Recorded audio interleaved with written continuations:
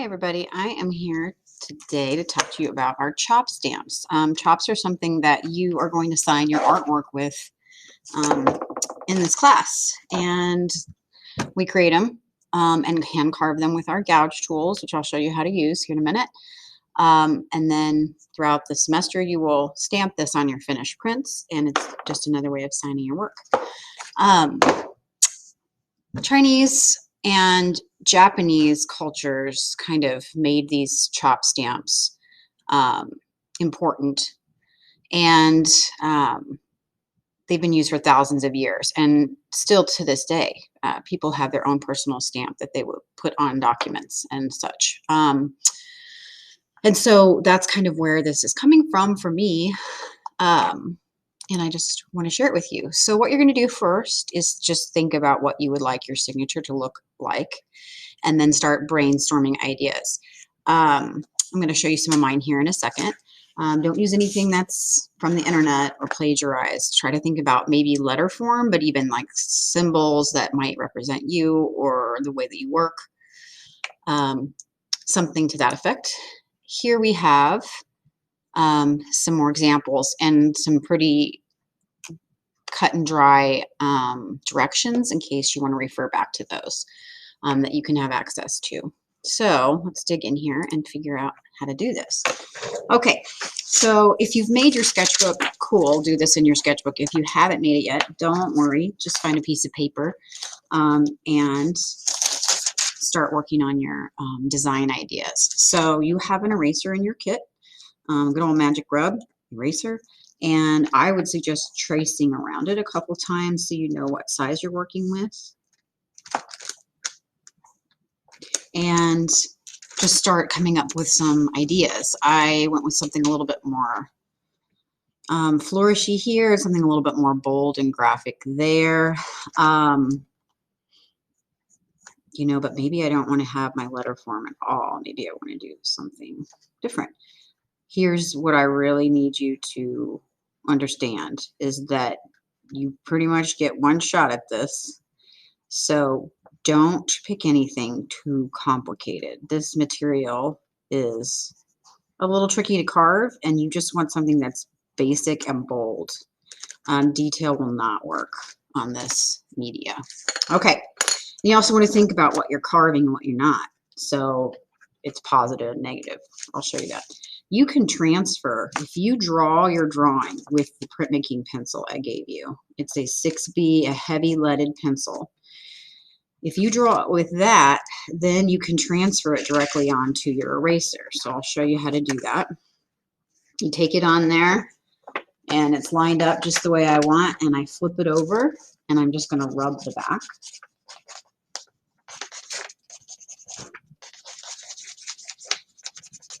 I'm putting a lot of pressure down there, and it should be transferring that lead over to the stamp. Voila, look at that. I love it when stuff actually works.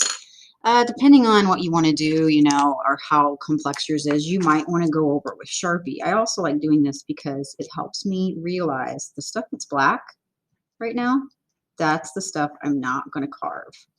So working in relief like this is just part of what you got to get used to as far as working with a block print like what this is basically. Okay, so I've got my plan. Please understand, everything is going to be backwards from the way it looks here. So that's another reason why this transferring is nice, because in actuality, I'll show you like my M and my C. When I transfer that onto my eraser, let me get it lined up right.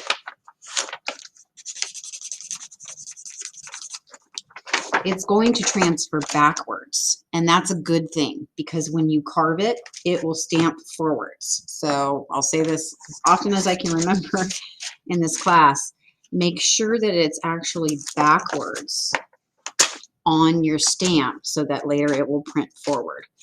And here's what I'm talking about. I have one with a letter on it. No. Yes. Here's the letter A. See how it's backwards?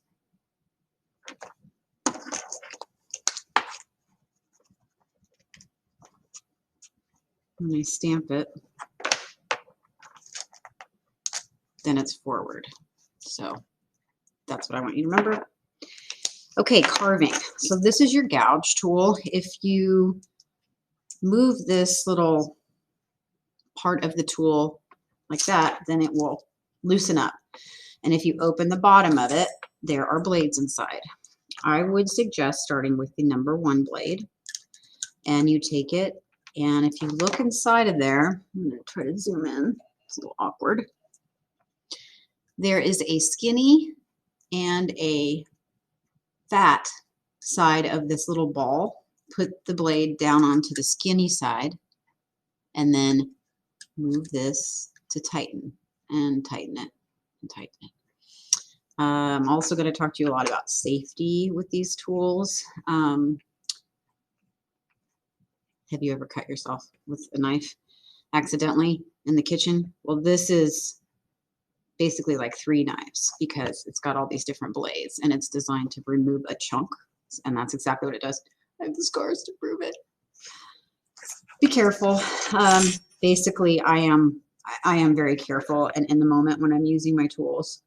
And you just always carve away from yourself. So I hold the plate, whatever I'm carving, because we'll be doing a lot of carving this semester.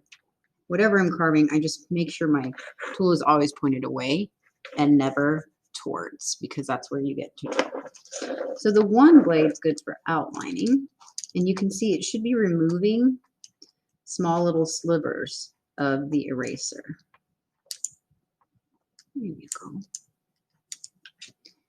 And I just go around and outline all of this stuff, continuously rotating my plate so that I'm never carving towards my little hand.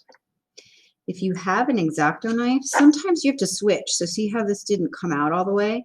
I got to rotate the eraser and then dig in from the other direction. I'm going to switch blades just to show you. I'm a fan of the number 3, I think it is. Yeah, for larger areas. Now, you don't have to dig super deep, but you know, if you want it to work well, this one's a good indicator of how deep to go. The number 3 will get it done a lot faster in those larger areas. So I'm not going to take your time and like carve this whole thing. That's not necessary. But oh, there we go. I love it when I get a good one. It's very satisfying. Keep all your little floofies. I usually have a piece of paper under myself when I'm carving so that I can just dump that in the trash. And then you can do what's called proofing along the way. You can use your marker that I gave you. If you have a stamp pad at home, cool, use that, but I didn't figure very many of you would. So this is my proof, so I can see like how far I am. Now I just stamp it down, wiggle it a little, and I can see I've got quite a bit left to carve, and that some of my like marks are kind of clunky. I need to smooth them out. So that is how you carve chop stamp. And then as far as turning it in, what I'd like for you to do is stamp it down on your paper several times, and then take a photo of that either with your laptop or your phone and submit that on Schoology. So from here on out, that's pretty much how I'm going to be grading everything. So that was a long video. I hope that I didn't take too long, but anyway, thanks.